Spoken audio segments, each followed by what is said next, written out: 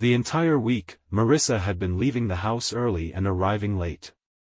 Early and late enough to avoid Benji. It wasn't fear, she kept telling herself. She just didn't want to give in to the temptation he represented.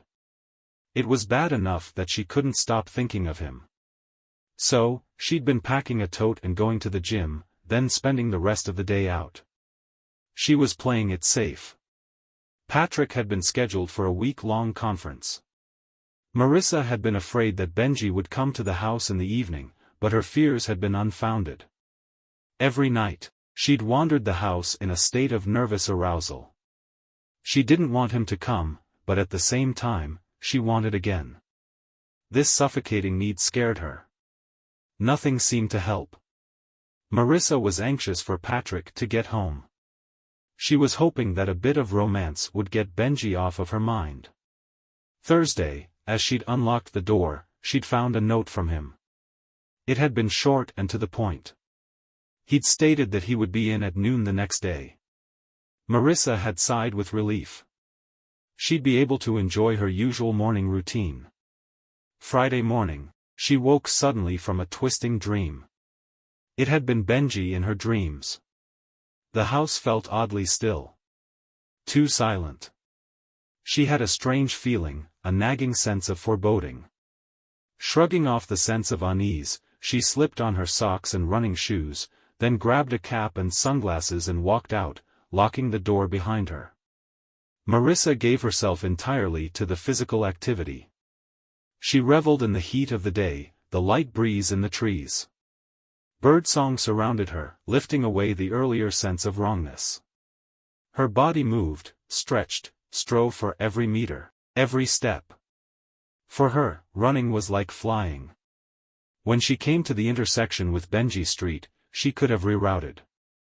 Instead, she strengthened her resolve and turned in, pounding up the punishing hill. Breath in rhythm with her feet, she kept her eyes down, focusing on the speckled black asphalt, until the hill eased off. Only then did she look up, her gaze darting over to the stately traditional house on the hill. She'd both dreaded and hoped to see him there, working in the yard, like he'd been doing during the beginning of the summer, before everything had changed. Benji wasn't there, though. The house looked quiet. Off to the side, the spot where he'd been working the last time she'd seen him here was cleaned up. He'd clearly finished his project. Marissa felt relieved she didn't have to face him, but she'd be lying if she wasn't also disappointed. With a mental sigh, she moved on, pounding her feet and pumping her legs through the rest of her run. She finished in a sprint at the mouth of her driveway. Lungs burning, she slowly paced up the drive, her arms and hands moving to keep the blood from pooling in her fingers. The day had warmed up considerably, and a sticky humidity had joined the heat, which meant that in short order, without the soft breeze generated while she ran, Marissa was entirely drenched in sweat. Letting herself in the side door that led into the mudroom, she released a quiet sigh at the temperature difference. Pulling a bottle out of the fridge, she opened and took a long, gulping draught.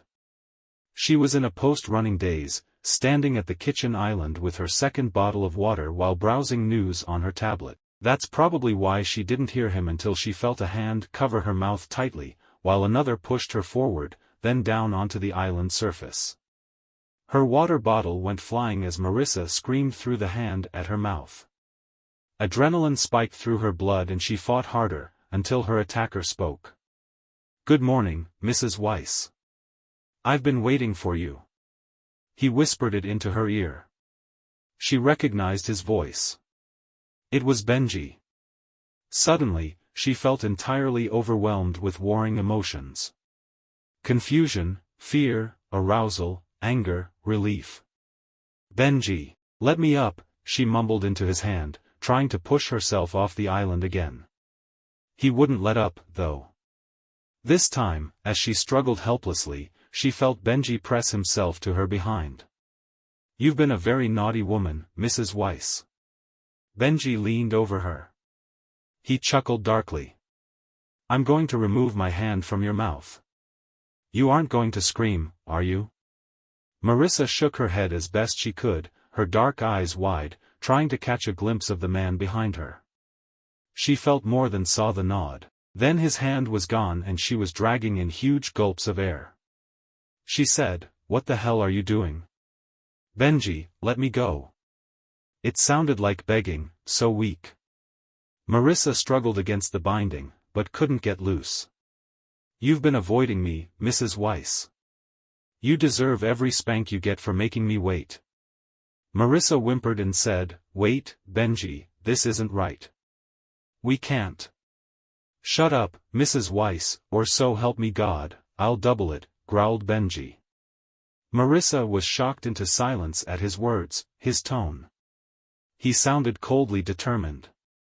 Leaning in, he nipped at her ear and said, "I think we need to take this somewhere more comfortable." Then he once again fisted her ponytail and led her out of the room ahead of him towards the stairs. Marissa's steps were jerky and clumsy as she walked. She was very aware of being directed through her house like so much chattel. Benji never asked which way to go, and it wasn't a small house. He just knew, and that made Marissa nervous. "How do you know where our room is?" The shame washed over her again. Ugly guilt nestled in the pit of her stomach. She had to stop this, no matter how good it felt. Patrick would never forgive her. Can you guess what happens next? Star. The sky was shot with reds and pinks, the beauty of a dying day. Marissa was so exhausted, but her still hummed in excitement. They'd spent the day exploring the limits, and she'd come in an unknowable manner of ways, until it had been time for him to go. He'd wanted one more thing though, and she'd been game. Right now, even with spittle dripping down her chin and her eyes streaming tears, she didn't regret any of it. Benji gripped her close. He laughed, then gave her a conspiratorial wink. "When's Patrick going to be home?" It took a moment for the words to filter through her brain. When she grokked his question, she felt the events of the entire day come crashing down on her as mountains of guilt. She stared wide-eyed and open-mouthed at Benji, unable to understand how she'd entirely forgotten that her husband was coming home in a matter of hours. The sun was nearly gone, so maybe his plane had already landed. He might already be in his car. On the way home. Panic filled her, and she said, "Oh God. Oh my God." Clutching at herself, Marissa doubled over as if someone had punched her. Benji made a tsking sound. "Don't worry, Mrs. Weiss. You have plenty of time." Marissa whimpered, tears brimming and falling down her cheeks. "How can you be this cruel?" "Why?" she asked, unable to understand his callousness. He cocked his head and watched her. Marissa shivered at the coldness in his gaze. "You're just a toy, Mrs. Weiss." He gave her a clear, guileless smile, then stood up and walked away.